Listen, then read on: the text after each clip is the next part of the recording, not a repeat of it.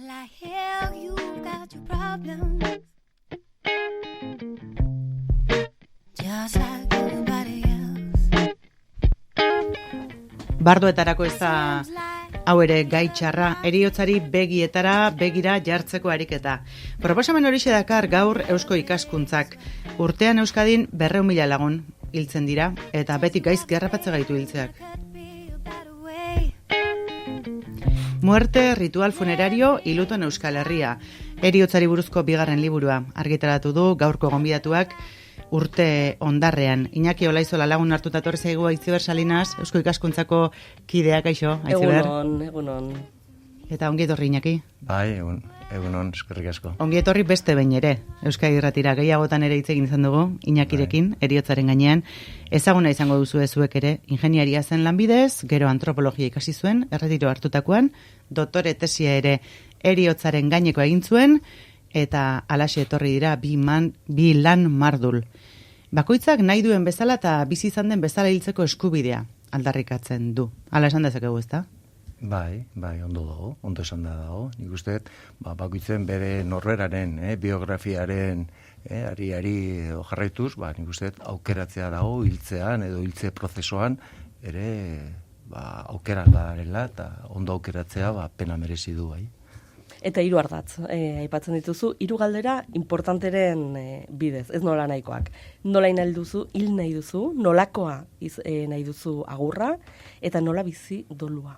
Bai, hiruiek osatzen dute, nire ustez da hiltze prozesua, ez? Orduan, hiltze prozesua da prozesu kulturala, prozesu kultural bat, orduan kulturala denik, dela ikastea dago, orduan hiltzen ikastea noski badagoela, hiltzen ikastea errituala, ondorengo errituala nolakoa izango den, edo zer nahi dezun, edo hori ere esatea edo asaltzea dezu, eta azkenean lutoa eta nola bizi, zuk ingo dezun lutoa edo zugatik ingo duten lutoa, horrei ze itxura eman edo ze formatu eman ere, horiek ere ikastea daude.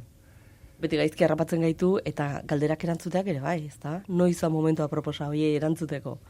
Bai, momentu aurkitzen. Bai, iristen da momentu bat, batzuei gazte diela edo normalean badago zerbait, hola, bia puntu modura sortzen den zerbait, ez? Gaixotasuna edo menpekotasuna askotan, ondo gertukoen baten gaixotasuna edo menpekotasuna edo zuk zeuk, zure burua ikusita ere, urteak aurra dijoazela, eta ikusten da, badire batzuk, nire ez nago, beraikin batere ados esaten dutena, jaiotzen gehan eskeostik, hiltzen ari gerala. Hori da, nire ustez, exagerazio bat, ez?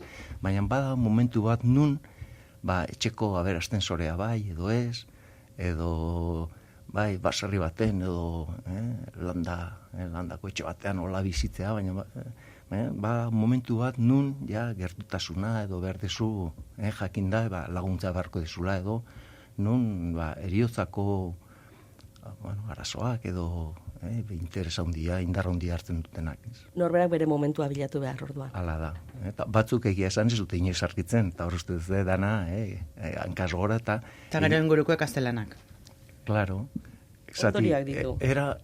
Badago, eratxarrea, hiltzea da jendeak hiltzeari baino beldurra dio gaizkiltzeari. Gaizkiltzeak, da jendea beldurra dionari, ez? Orduan aldea dago, erabatea hil edo bestea hil. Orduan, ikastea eta aukeratzea noski badagola. Gaizki hiltzea zuretzako zer da? Hilezina? Hil nahi eta hilezina? Hori arrazoi bat. Nik uste geozta pertsona gehiago nahi dugu edo nahi dute edo norberaren bizitzaren jabe izatea ez. Autonomia esaten zaion, jabe izatea. Orduan zure bizitza, eta hiltze prozesua da biziaren zati importante bat. Orduan hori kudeatzea. Kontuan hartuta bizitza propio dela. Ez gehala, claro, kristautasun ikuspuntutik, bizitza ez da gurea, da usufruktuan bizitzen dugun zerbait. Nire ustean, bizitza gurea da, eta bakoitza kudeatu behar du, bere bizitza aldun moduan edo nahi duen moduran, ez? hori importantea da, hor sortzen du, bi eredu mota bezala, ez bat, tradizionala eta betikoa, eta nola egin behar da, betikoa, beti, adostasun handiko, itxurako prozesu batean, ez, betikoa, eta bestea berriz, biografia, norbera bakoitzaren, norbanakoen esperientziak edo kontuan hartuta, ezberdina da. Jaso duzu liburuan, hil egin nahi dut, eta ez hil nadin utzen azaten. Bai, interesantea da frase hori, bai, hala da. Paper aktiboa. Da aktiboa izatea, zure bizitzaren bukaera hori edo kudeatzea, zure baloreak mantendu, zure iritziak, zure nahia. Jendeak, lehen esan dut, baina hiltzeari baino, bildurra diola gaizkiltzeari, eta hoien artean, jende askok ez du besteengan sama izan, besteentzako sama izatea horrek bildurra sortzen die bat emakumei. Emakumeak horren beste zaindu dezute edo emakumeak izututa dare pentsatzearekin ere beraiek ere karre izango direla, sama izango direla besteentzako. Gizonak berriz ustengea, maitatzen eta ustengea. Gizonak, egia esateko eta egia esan gizonak ere batzutan zaintzen dute edo zaintzen dute, baina oso kasu gutxitan, orokorrean. Normalean gizonak zaintzen du berak nahi duna eta nahi dunean. Hau da, kasu batzutan urte pare bat jubilazio aurreatuta, eta normalean bere bikotea, bere pareja. Andrak berriz zaintzen dute, etxekoak, aldamenekoak eta guztiak. Eta hori nire garbi izan behar da, injustizi badala. Ez daola naturakin lotuta, hori gezur ikaragarria da. Emakumeak, etzerate, gizonekin konparatuta ezberdinak arlortan. Etzerate, ez da natura hor partartzen duna. Ipurdia garbitzea hori emakumeen gauza dela. Hori gezurra hutsa da. Hori da injustizi bat, eta horrei kontra inbartzaio. Beraz, aukeratzeko eskubidea, bai zaintzeko, bai zaindua izateko. Eta nola? Hor sortzen da, nik uste egun, dagoen edo eztabaida interesantetako bat da, bi eskubide edo bete beharroien arteko eztabaida, ez? Zaindua izateko eskubidea, nondik? Nola? Zaintzeko bete beharra, feminismotik nik uste oso erantzun polita eman zaiola, eta bai, zaindu beharra baino, zaintzeko ere eskubidea, baina baldintza duinetan. Honek suposatzen du, lan batzuk,